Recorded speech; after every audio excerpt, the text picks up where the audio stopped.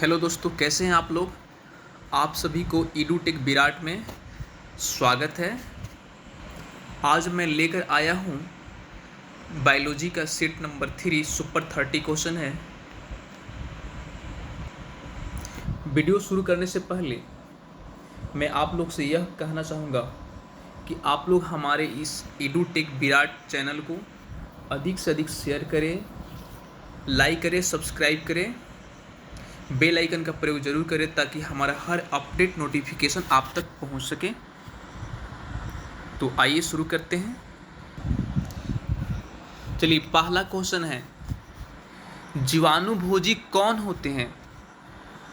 Option है मनुष्य को संक्रमित करने वाला परजीवी विषाणु, प्रावस्थाओं में वृद्धि करने वाले विषाणु, जीवाणु को संक्रमित करने वाले विषाणु, एक प्रकार के मिट्टी के जीवाणु।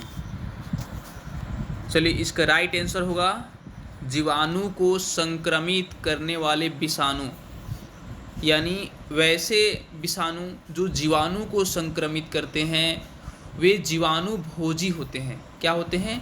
जीवाणु भोजी होते हैं, यानी हमारा ऑप्शन सी करेक्ट आंसर होगा।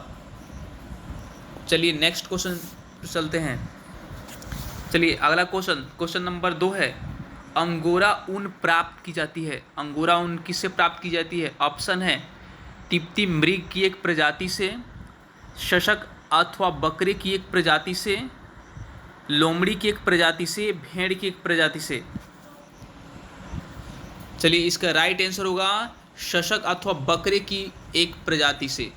क्या है? शशक अथवा बकरे की एक प्रजाति से अंगोरा ऊन प्राप्त की जाती है। ऑप्शन नंबर बी हमारा राइट होगा। चलिए, ये हमारा तीसरा नंबर क्वेश्चन है, सभी कवक सदैव होते हैं। सभी कवक सदैव क्या होते हैं? ऑप्शन है विविधपोषी, स्वपोषी, परजीवी, मृतजीवी। चलिए, इसका राइट आंसर बताएंगे। चलिए, इसका राइट आंसर होगा हमारा विविधपोषी।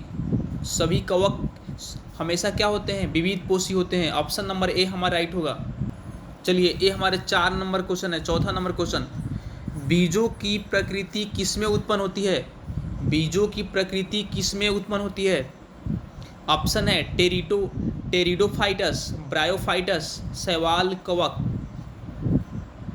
चलिए, इसका राइट आंसर हो जाएगा ए, यानी टेरिडोफाइटस। टेरिडोफाइटस जो है इसमें बीजों की प्रकृति उत्पन्न होती है। ऑप्शन ए हमारा राइट होगा।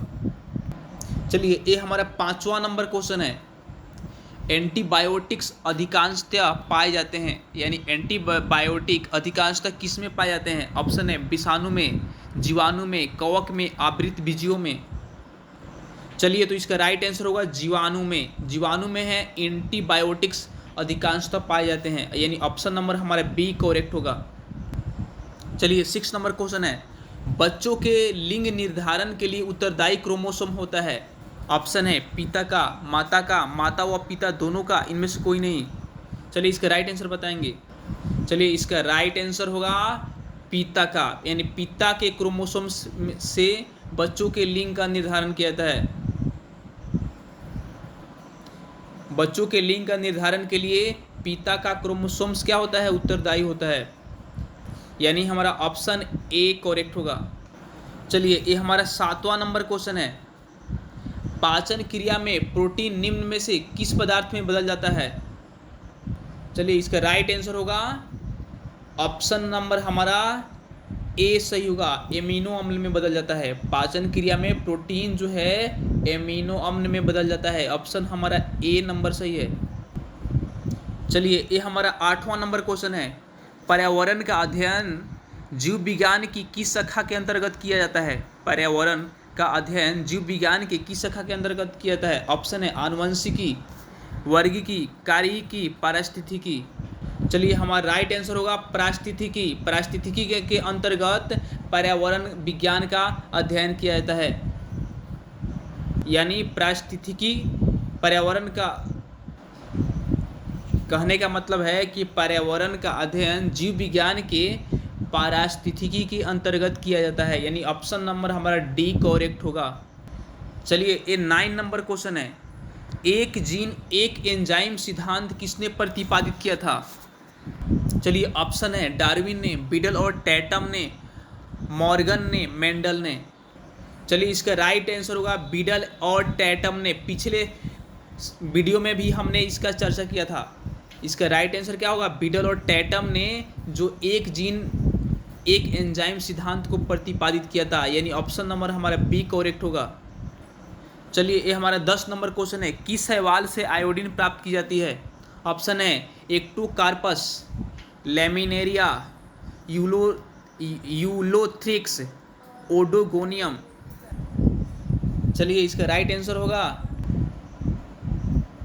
B number laminaria. लैमिनेरिया से जो है आयोडीन प्राप्त किया जाता है। लैमिनेरिया नामक शैवाल से क्या प्राप्त किया जाता है? तो आयोडीन प्राप्त किया जाता है, यानी हमारा बी नंबर सही होगा। चलिए ये हमारा 11 नंबर क्वेश्चन है। मनुष्य में मादा जनन अंग से किस हार्मोन का स्त्राव होता है? मनुष्य में मादा जनन अंग से किस हार्मोन का स्त्राव होता है? ऑप्शन है रिलैक्सिन, एस्ट्रोजन, प्रोजेस्टेरॉन। सभी कथन सत्य है। चलिए इसका राइट आंसर होगा रिलैक्सिन। क्या होगा? रिलैक्सिन। मादा में जो है, मादा में मनुष्य में मादा जनन अंग से रिलैक्सिन नामक हार्मोन का स्त्राव होता है। चलिए ये हमारा 12 नंबर क्वेश्चन है। इनमें से कौन सा पादप रोग जीवाणु के कारण होता है? ऑप्शन है मूंगफली का टिक्का रोग, टमाटर का पर्ण कुंचल रोग, सिट्रस पचमारी रोग, गेहूं का टुंडू रोग।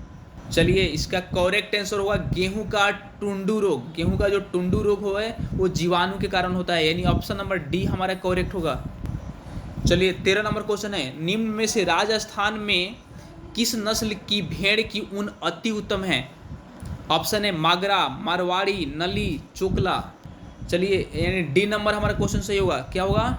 डी नंबर चोकला होगा। राजस्थान में जो है चोकला नामक भेड़ से अति उत्तम ऊन की प्राप्ति की जाती है। चलिए हमारा 14 नंबर क्वेश्चन है। निम्न मसालों में से फूल की कलियों से प्राप्त होने वाला मसाला कौन सा है? ऑप्शन है धनिया, जायफल, जीरा, लौंग।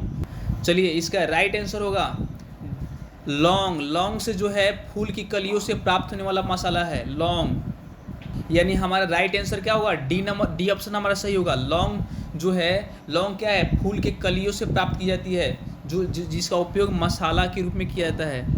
चलिए ये हमारा 15 नंबर क्वेश्चन है। क्यों शीतकाल की तुलना में ग्रीष्मकाल में अधिक मछलियाँ मरती है? ऑप्शन है अविष के सांद्रण के कारण, रोग के फैलने के कारण, ऑक्सीजन के अपक्षय के कारण, खाने की कमी के कारण। चलिए इसका राइट आंसर होगा ऑक्सीजन के अपक्षय के कारण। ऑक्सीजन का जब कमी हो जाती है तो ग्रीष्मकाल में मछलियाँ मरने लगती है, यानी इसका ऑप्शन हमारा सी राइट आंसर होगा। चलिए 16 नंबर क्वेश्चन है। निम्न में से किसमें क्लोरोफिल नहीं होता है? ऑप्शन है ब्रायोफाइटस, टेरिडोफाइटस, शैवाल, कवक। चलिए इसका राइट आंसर होगा कवक।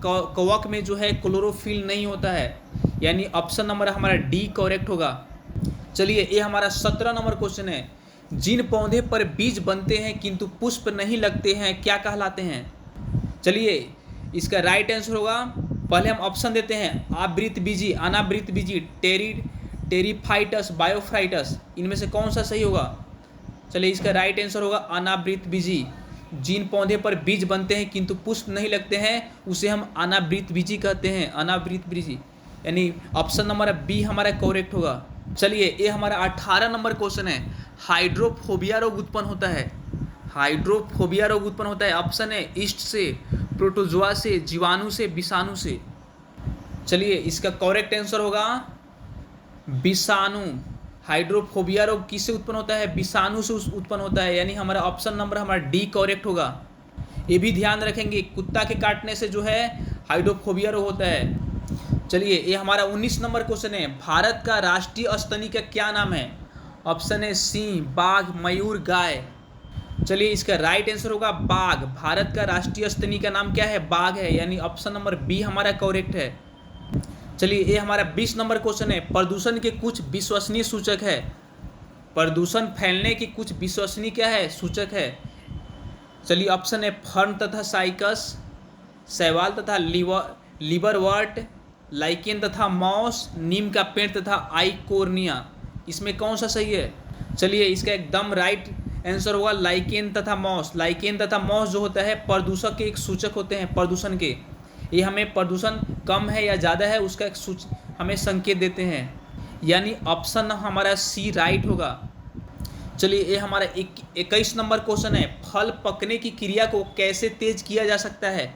ऑप्शन है पादपों की पानी की आपूर्ति घटाकर, फल की परिपक्वता के दौरान यूरिया का छिड़काव करके, आसपास के इथाइलिन सांद्रण को बढ़ाकर, आसपास ऑक्सीजन सांद्रण घटाकर।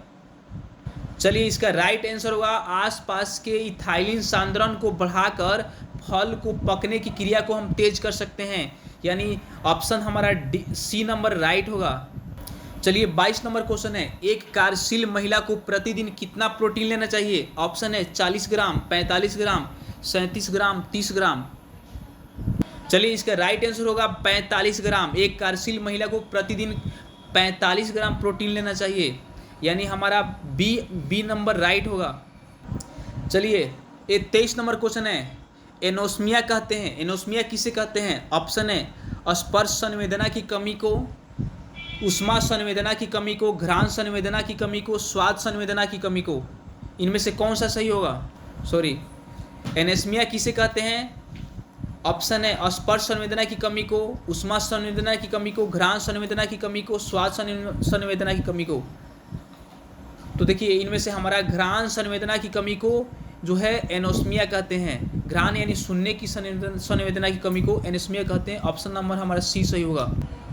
चलिए ये हमारा 24 नंबर क्वेश्चन है, एजोला बहुधा जैव उर्वरक के रूप में प्रयोग किया जाता है। एजोला जो है बहुधा यानी अधिकांशतः जैव उर्वरक के रूप में प्रयोग किया जाता है क्योंकि इसका सहचारी है। ऑप्शन है फफूंद, मॉस, लाल शैवाल, नील हरित क्रांति।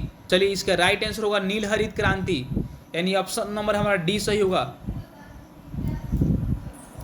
चलिए 25 नंबर क्वेश्चन है, निम्न में से मुर्गी की कौन सी नस्ल दुनिया में सबसे अधिक अंडे देने वाली है। निम्न में से मुर्गी की कौन सी नस्ल दुनिया में सबसे अधिक अंडे देने वाली है। ऑप्शन है काली मिनोरका, एस्ट्रोश्वेत, ब्राह्मा, श्वेत लेगहॉर्न। इनमें से कौन सा सही होगा। चलिए इसका राइट आंसर होगा श्वेत लेगहॉर्न। श्वेत लेगहॉर्न जो है दुनिया में सबसे अधिक अंडे देने वाली मुर्गी का नस्ल है, यानी ऑप्शन हमारा डी राइट होगा। चलिए 26 नंबर क्वेश्चन है, आलू में मोजैक रोग का कारण तत्व क्या है। आलू में मोजैक रोग होता है, उसका कारक तत्व का नाम क्या है। ऑप्शन है जीवाणु, विषाणु, लाइकेन, फफूंदी। चलिए इसका राइट आंसर होगा विषाणु। आलू में जो मोजैक रोग होता है वो विषाणु के कारण होता है, यानी ऑप्शन हमारा बी करेक्ट होगा। चलिए ये हमारा 27 नंबर क्वेश्चन है, श्वसन की अभिक्रिया में खाद्य पदार्थों की परिणति क्या होती है। श्वसन की अभिक्रिया में खाद्य पदार्थों की परिणति क्या होती है। ऑप्शन है परिवर्तन, संश्लेषण, दहन, विघटन। चलिए इसका राइट आंसर होगा विघटन। विघटन जो है श्वसन की अभिक्रिया में खाद्य पदार्थों की परिणति है, यानी ऑप्शन नंबर हमारा डी सही होगा। चलिए हमारा 28 नंबर क्वेश्चन है, वृक्षों की छालों पर उगने वाले कवक क्या कहलाते हैं।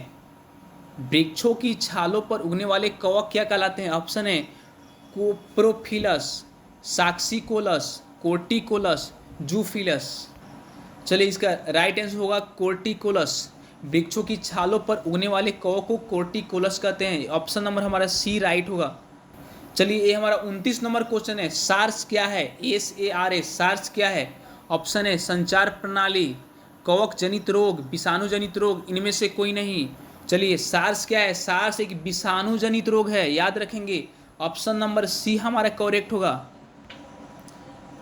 चलिए ये हमारा 30 नंबर क्वेश्चन है, यानी ये अंतिम क्वेश्चन है। सुपर 30 क्वेश्चन का एक अंतिम क्वेश्चन है, मेंडल के आनुवंशिकता का सिद्धांत किस पर आधारित है। ऑप्शन है अलैंगिक जनन पे, लैंगिक जनन पे, कायिक जनन पे, उपयुक्त सभी। चलिए इसका राइट आंसर होगा हमारा लैंगिक जनन पे।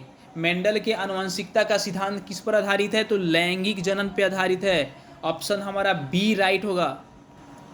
प्यारे दोस्तों, हमारा ये सुपर 30 का 30 क्वेश्चन समाप्त हुआ। और आप लोग से अनुरोध है कि हमारे हर वीडियो को शुरू से लास्ट तक ज़रूर देखें।